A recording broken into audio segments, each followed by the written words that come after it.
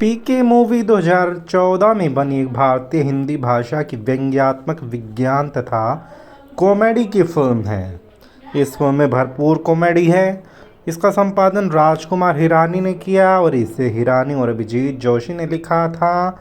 इस Rajkumar Hirani films Vinod Chopra films के banner तले हिरानी और विधु विनोद चोपड़ा ने मिलकर बनाया। अंधविश्वास और छद्म भविष्यवक्ताओं पर आधारित इस धार्मिक व्यंग्य में आमिर खान, अनुष्का शर्मा, सुशांत सिंह राजपूत, बोमन ईरानी, सौरभ शुक्ला, संजय दत्त जैसे दिग्गज कलाकारों की टोली थी। बहुत पॉपुलर हुई थी यह फिल्म। इसमें आमिर खान, अनुष्का शर्मा, सुशांत सिंह, बोमन ईरानी थे। इसका छायांकन जो है सीके मुरलीधरन ने किया। इसका संपादन राजकुमार हिरानी ने किया था और ये उस ज़माने की शायद सबसे ब्लॉकबस्टर फिल्मों में से एक थी और ये रिलीज़ हुई थी 19 दिसंबर 2014 को। 152 मिनट की थी ये और भारत में और हिंदी भाषा की, और बजट था इसका 122 करोड़ और बॉक्स ऑफिस पे इसने 769.89 करोड़ कमाए। 3 इडियट्स 2009 की सफलता के बाद हिरानी और जोशी ने अपनी अगली परियोजना की पटकथा लिखनी शुरू की। इंसेप्शन 2010 के कथानक से समानताएं पाकर उन्होंने फिल्म को रद्द कर दिया। बाद में इसे अलग कोण और लहजे के साथ फिर से लिखा गया। निर्माण के दौरान फिल्म को पहले टल्ली और बाद में एक था टल्ली नाम दिया गया, जिसे बदलकर पीके किया गया, क्योंकि पीके का शीर्षक एक था टाइगर 2012 से बहुत मिलता जुलता पाया गया। फिल्म का साउंडट्रैक शांतनु मोहित्रा और अजय अतुल, अंकित तिवारी द्वारा रचित था, जिसके बोल स्वानंद किरकिरे, अमिताभ वर्मा, मनोज मुंतशिर द्वारा लिखी। यूट्यूब मोशन पिक्चर्स ने फिल्म के वितरण के अधिकार हासिल किए। पीके बेल्जियम में होने वाली बॉलीवुड की पहली फिल्म थी। एक नग्न मानव जैसा एलियन जिस समय किरदार जो है आमिर खान ने निभाया है, भारत के राजस्थान में एक शोध मिशन पर पृथ्वी पर उतरता है और उसके अंतरिक्ष यान को बुलाने का रिमोट कंट्रोल चोरी हो जाता है, तो वह वहाँ पे फंस जाता है। इसमें पीके का जो किरदार है वो आमिर खान ने निभाया है और क्या बेहतरीन निभाया है उन्होंने, बहुत अच्छा निभाया है और सबको हंसा हंसा के लोटपोट किया है। इस फिल्म में बेल्जियम में जगत जग्गू जन्नी साहनी नाम की एक भारतीय महिला एक पाकिस्तानी व्यक्ति सरफराज यूसुफ से मिलती है और उससे प्यार करने लगती है। उसके पिता उनके अलग अलग धर्मों का हवाला देते हुए उनके रिश्ते पर आपत्ति जताते हैं और अपने पारिवारिक ज्योतिषी तपस्वी महाराज से सलाह लेते हैं, जो भविष्यवाणी करते हैं कि सरफराज जग्गू को धोखा देगा। उन्हें गलत साबित करने के लिए जग्गू सरफराज से शादी के लिए कहती है, लेकिन एक बिना हस्ताक्षर वाला पत्र पाकर उसका दिल टूट भी जाता है, जिससे शादी रद्द होने का आदेश मिलता है और जग्गू भारत लौटता है और पत्रकार बन जाता है। वह एक लापता भगवान के बारे में पर्चे बांटते हुए एक एलियन को देखकर जब वह एक मंदिर के दान पात्र से भगवान के टूटे वादों की वापसी के रूप में पैसे लेने की कोशिश करता है, तो वह उसे बचाकर उसका विश्वास जीत लेती है और वह उसके सामने अपना दिल खोल देता है। उसने एक कार में एक जोड़े के कपड़े और पैसे चुराए, बैंड मास्टर भैरव सिंह से दोस्ती कर लिए, एक वेश्यालय में पकड़े गए और उसकी यादें साझा करके भोजपुरी सीखे और दिल्ली में उस चोर की तलाश शुरू कर दी जिसने उसका रिमोट चुराया था। दिल्ली में उसे पीके शराबी नाम मिला है, क्योंकि लोग उसे अलग अलग धर्मों के बारे में भ्रमित होने पर नशे में समझते हैं। जब उसे यह बताया गया कि केवल भगवान ही उसकी मदद कर सकते हैं, तो उसने हिंदू धर्म, सिख, ईसाई धर्म, इस्लाम सहित कई भारतीय धर्मों का पालन शुरू किया। लेकिन कोई फ़ायदा नहीं हुआ। उसे पता चला कि तपस्वी के पास उसका रिमोट है, लेकिन उसने उसे वापस करने से इनकार कर दिया, यह कहते हुए कि यह भगवान का उपहार है। थोड़ी हिचकिचाहट के बाद उसकी कहानी पर विश्वास करते हुए थोड़ी हिचकिचाहट के बाद उसी कहानी पर विश्वास कर लिया गया और जग्गू पीके की मदद करने का वादा करता है। पीके इसमें आमिर खान है। जग्गू द्वारा अपने सामने एक अनजान कॉलर के साथ शरारत करने के बाद पीके भोलेपन से अनुमान लगाता है कि तपस्वी और उसके दूसरे बाबा अनजान में भगवान से बात करने के लिए कोई गलत नंबर डायल कर रहे होंगे और जनता को अपनी प्रार्थनाओं के लिए निरर्थक कर्मकांडों में शामिल न होने की सलाह देता है।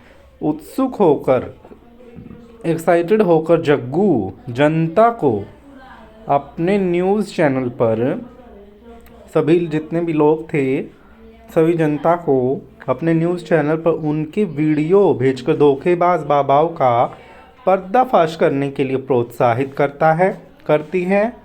धीरे धीरे यह गलत नंबर अभियान एक लोकप्रिय जन आंदोलन में बदल जाता है, जिससे तपस्वी को बहुत निराशा होती है। इस बैच भैरों राजस्थान में चोर ढूंढता और पीके को बताता है कि उसने रिमोट तपस्वी को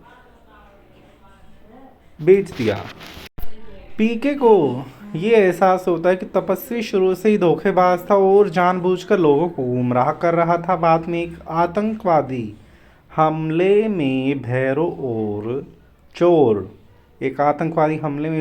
चोर की इस फिल्म में दोनों की मौत हो जाती है। उसके बाद तपस्वी ऑन एयर पीके से भिड़ जाती है और उससे पूछती है कि सही नंबर क्या है। पीके का दावा है कि लोगों को दूसरे धोखेबाज बाबाओं और उनके नकली भगवानों के बजाय उन्हें बनाने वाले असली भगवान पर विश्वास करना चाहिए। तपस्वी दावा करता है कि उसका भगवान से सीधा संबंध है और मुसलमानों को झूठा साबित करने के लिए सरफराज की विश्वासघात की अपनी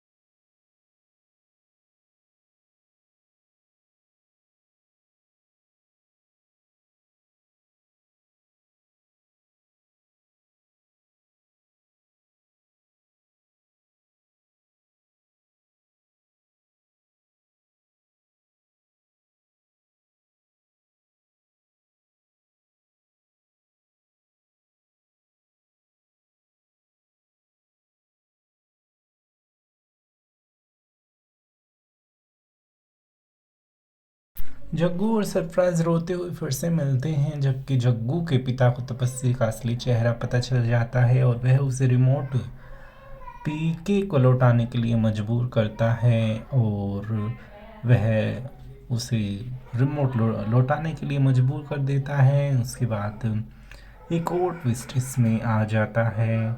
इसके बाद पीके अपने रिमोट के साथ अपने ग्रह पर वापस लौटने में सक्षम है। जाते समय वह ऑडियो टेप से भरे 2 सूटकेस ले जाता है जिनमें जग्गू की आवाज़ की रिकॉर्डिंग भरी हुई है। पीके जग्गू को बताता है कि रिकॉर्डिंग पृथ्वी से आ रही ध्वनियों की है। हालांकि जग्गू को पता चलता है कि टैप वास्तव में उनकी बातचीत की हैं। उसे वह प्रेम पत्र भी मिलता है जो पीके ने उसके लिए पहले लिखा था, जिससे उसे अपने प्रति अपने प्यार का एहसास भी होता है। लेकिन सरफराज के लिए अपनी भावनाओं के कारण वह कबूल करने से थोड़ी सी हिचकिचाता है। वह पीके से सीधे तौर पर भिड़ने का फैसला नहीं करती है और उसे अपने अंतरिक्ष यान की ओर जाते हुए आंसू भरी आंखों से देखती है। उसके जाने के बाद जग्गू पीके के बारे में एक किताब प्रकाशित करती है। उसके साथ अपने अनुभव के लिए आभारी है। 1 साल बाद पीके अपनी प्रजाति की और सदस्यों के साथ मानव प्रकृति पर नए शोध के लिए लौटता है और इस तरीके से फिल्म खत्म हो जाती है। इसका साउंड ट्रैक शांतनु मोहिना अजय अंकित तिवारी द्वारा रचित है। इसके बोल स्वानंद किरकिरे, अमिताभ वर्मा, मनोज मुंतशिर ने लिखे। ठरकी छोरो गाना पहला सिंगल है जो 24 अक्टूबर 2014 को रिलीज़ हुआ।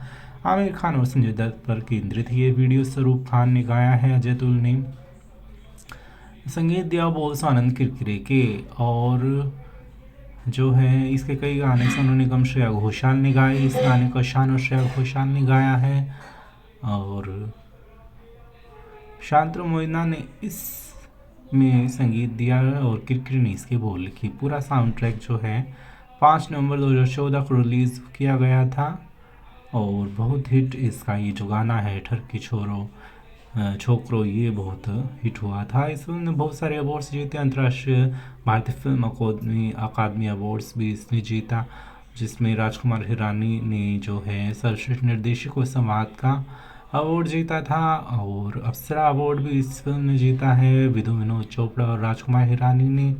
और भी कई अच्छे अच्छे अवार्ड इस फिल्म ने अपने हाथ में हासिल किए, और ये बहुत इस अच्छे फिल्म थी। इसके सर्वश्रेष्ठ निर्देशक और अभिनेता के लिए आमिर खान को भी जो है अवार्ड मिला था, और बहुत हिट ये फिल्म रही थी। फिल्म फेयर और ZQ अवार्ड्स भी इस फिल्म को मिले। कुल मिला के ये फिल्म बहुत हिट रही थी। आप बताइए आपको इस फिल्म का कौन सा सीन अच्छा लगता है, और मेरी वीडियो को लाइक करें, शेयर करें और सब्सक्राइब करें।